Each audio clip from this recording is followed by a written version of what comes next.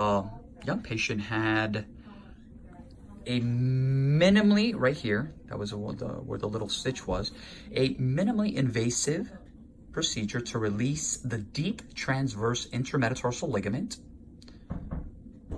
And I will definitely elaborate. We definitely posted this video on our YouTube channel as well as, I believe, our Facebook channel as well, our Facebook fan page.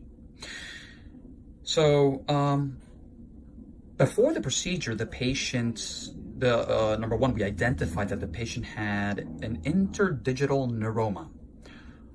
Again, going back to basics, what is a neuroma? A neuroma is an inflammation of the common plantar digital nerve. And it's very common. People from all walks of life. And again, what do people feel? Pain, numbness, tingling, specifically to the toes.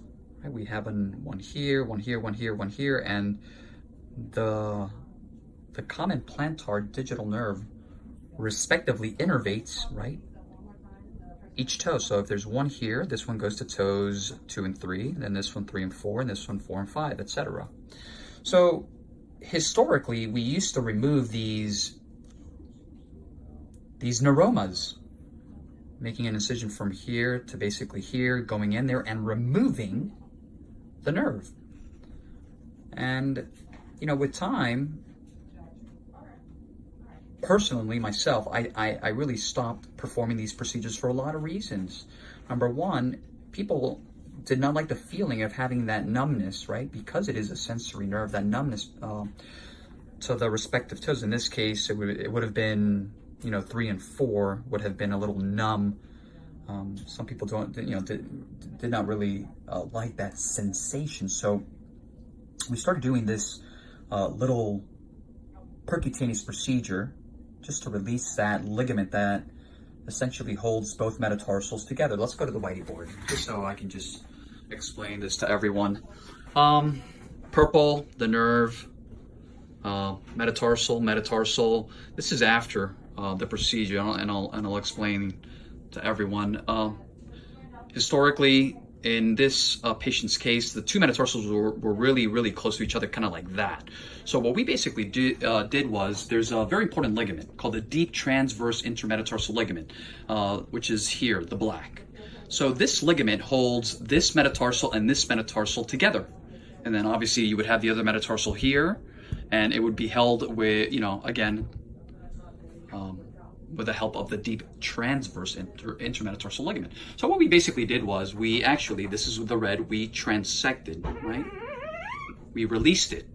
And in doing so, all of a sudden, I'm just gonna exaggerate, this happens, right? This happens. And once this happens, the nerve, right, cools down. Before, what was happening is that this metatarsal and this metatarsal were actually impinging on the nerve, which was causing the symptoms. So again, this is just one little branch going to this toe, and this little branch going to this toe. So it's a great procedure for a lot of reasons. The nerve is left intact.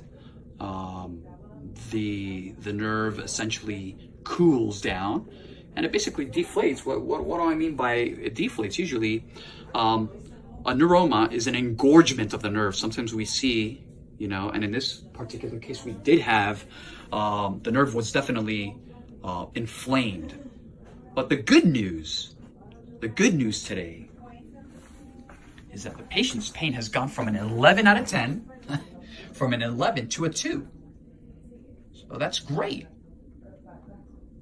You know, the patient was telling me that, you know, once you release that ligament, and it's expected, once you release that ligament, just like I was explaining to everyone, this happens, right? This happens. She has noticed that this toe has moved a little bit this way, and it's a little bit kind of not painful, but it feels bizarre over here. She's essentially getting used to that. But aside from that, going from an 11 out of 10, not even a 10 out of 10, an 11 to a 2 out of 10 after 1 month, we're moving in a very positive direction. For all individuals out there that are suffering with this problem, this is an alternative. It's another solution. No cortisone injections, multiple cortisone injections, which carry some side effects, including but not limited to atrophy of the fat. That's what cortisone does. It essentially eats away the fat on the bottom of the, your fat pad, which plays a very, very important role in ambulation. We do use PRP, and we also infiltrated PRP during the procedure. And there's also the alcohol sclerosing injections, which essentially you're chemically ablating. I hate to use the word kill, but that's exactly what it is. You essentially kill the nerve, which is sort of similar to just excising the nerve. So we try to preserve. We try to preserve.